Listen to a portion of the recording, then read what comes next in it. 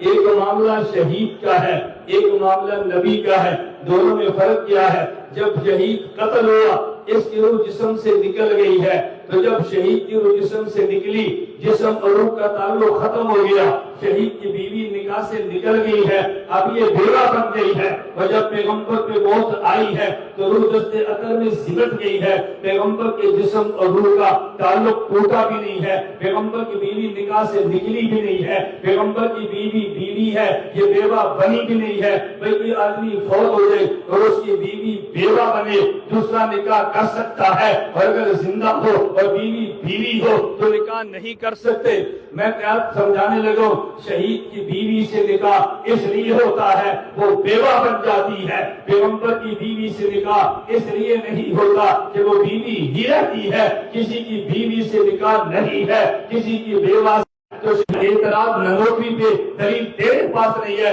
اعتراض دامی دیوبند پہ کتاب کو تو نہ سمجھا، اعتراض اکابر پہ بڑا۔ بنگلہ دیش کے لوگوں، میں غیرت کے کہتا ہوں، جرم کے ساتھ کہتا ہوں، غیرت کے ساتھ کہتا ہوں، جس نے کابر علماء دیوبند کو نہ پڑھا نہ سمجھا وہ کہتے ہیں یہ بھی انسان تھے، اور جس نے پڑھا اور سمجھا وہ کہتے ہیں یہی انسان تھے۔